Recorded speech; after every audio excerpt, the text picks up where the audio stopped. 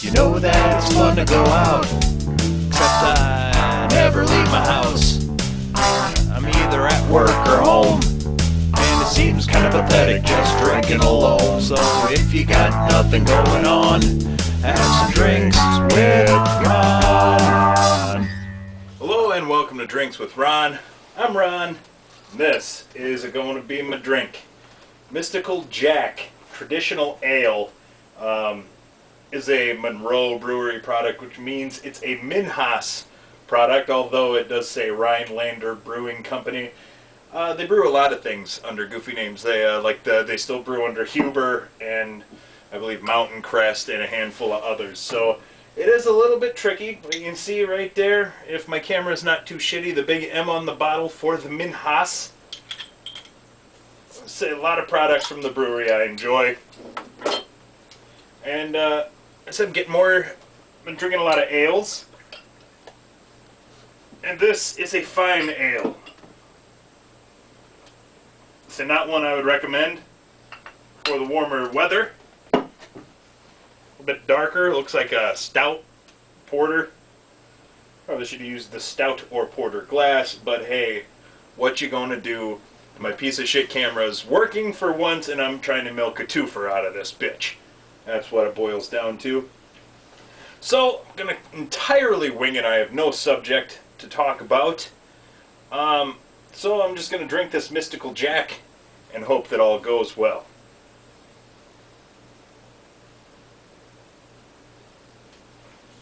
But yeah, the last episode I did was talking about my buddy Jim and my buddy Zach, and some of the good old lacrosse stories. And started thinking about the Monday Night Raw days, which for us in lacrosse was pretty much the entire span. When I first moved there in like '99, I wasn't much of a wrestling fan. I had a roommate, Fulton, who was, and I'd walk through the room making all these oh, that's so fake, oh, that's a bunch of bullshit, and I used to be, when I was a kid, huge wrestling fan. Of course I came up in the Hulk Hogan era with the what you gonna do, brother, and, the training, the prayers, the vitamins, it was, 1984, Ronald Reagan, USA, anti-Russia. I mean, it was the era I grew up in. It was the intense patriotism, the complete sense that everything America did was absolutely right by divine status, and just everything. Wrestling was so simple. You wanted a guy to be hated, you threw a fucking furry Russian hat on him. End of story. He's going to get booed coming out there. It wasn't rocket science. The Russian guy we don't like. Boo. And, oh, well, here comes this guy, with a bandana with the American flag, pulling his shirt off, everything that's right about America, USA. It was great. So I came up during that. I was a huge wrestling fan. And then as a kid, I had everybody, you have to put up with the, that's so fake, that's fake, right? I said, well, I don't know, I've watched a guy break his fucking leg on live TV, so, I mean, I guess if that's fake to you, are the outcomes of the matches determined? Yes. Does that make it fake? No, it's very real. People are getting slapped in the chest till they're bright red. Like I say, I've seen bones broken. I've seen, I've seen tendons and ACLs being torn. I called one time. Live TV, the end of Raw.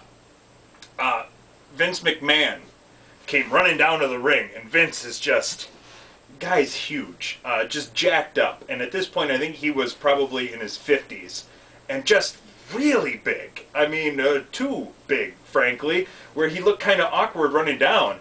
And I looked at my buddies Zach and Jim, and I said, he's gonna fucking blow a quad or an ACL. And he came running down, and he dove into the ring, and as he dove in, I think he tore a fucking quad in one leg.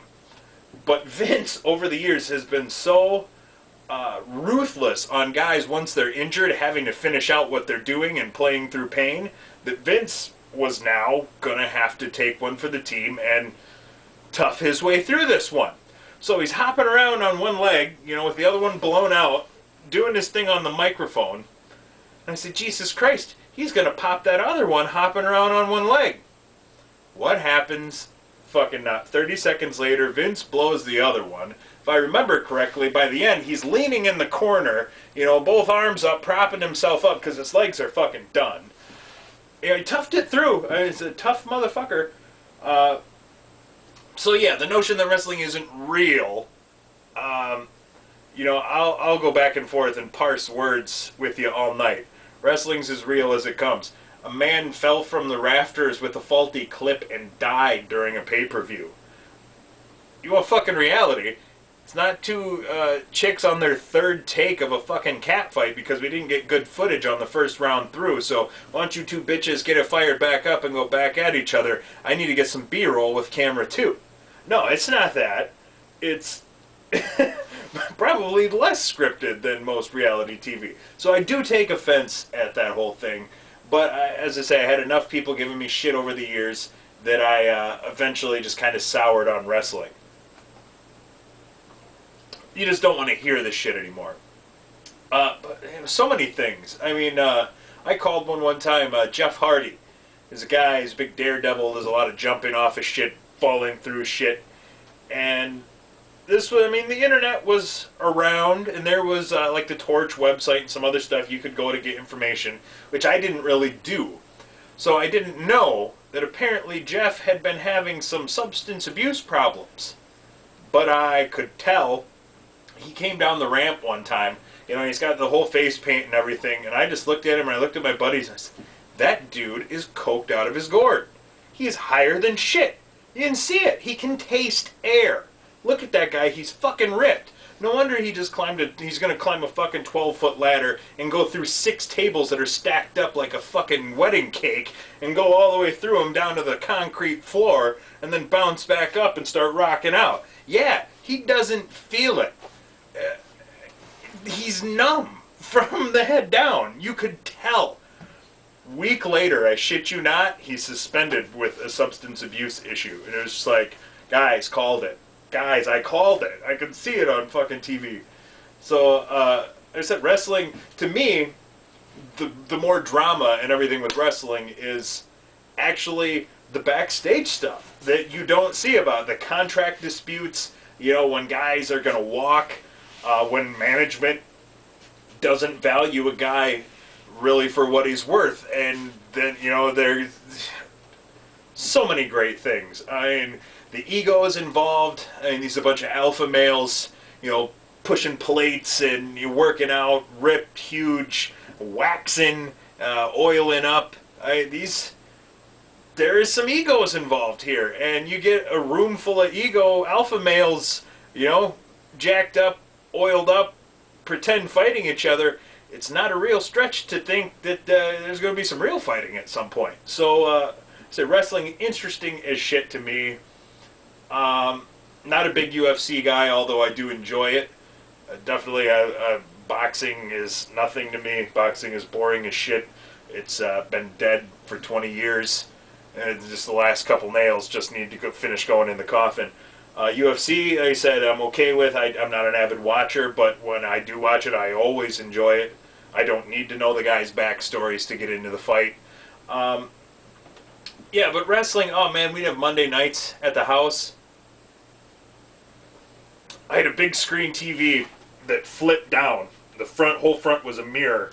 3 colored light projectors would bounce off the mirror up to a giant screen. I'd say it's probably 40 to 50 inches, somewhere in that range. We have that in the corner, and then we had the big TV in the middle. So we'd leave, the far TV would have Monday Night Football on it. So we'd just be watching the games, and then on the big one would have wrestling. You know, during commercial breaks, we'd switch the main one over so we'd have sound on football. But, just some great nights. Monday nighters. Like I remember when WCW got bought out by Vince McMahon. That was great. I remember the whole deal. Oh man, the Monday night, because we'd all show up at the house. You know, they'd get a couple other buddies that they worked with would show up for a while. We'd just get tanked, and said afterwards Monday Night Football would be going. And probably the greatest game I've ever seen I can't remember. I can't tell you what happened at all. I just remember it was fan-fucking-tastic. The Monday Night Miracle. The Jets getting just piss-pounded, and I believe it was Vinny Testaverde leading them back from some unbelievable deficit to force overtime and eventually win the fucking thing.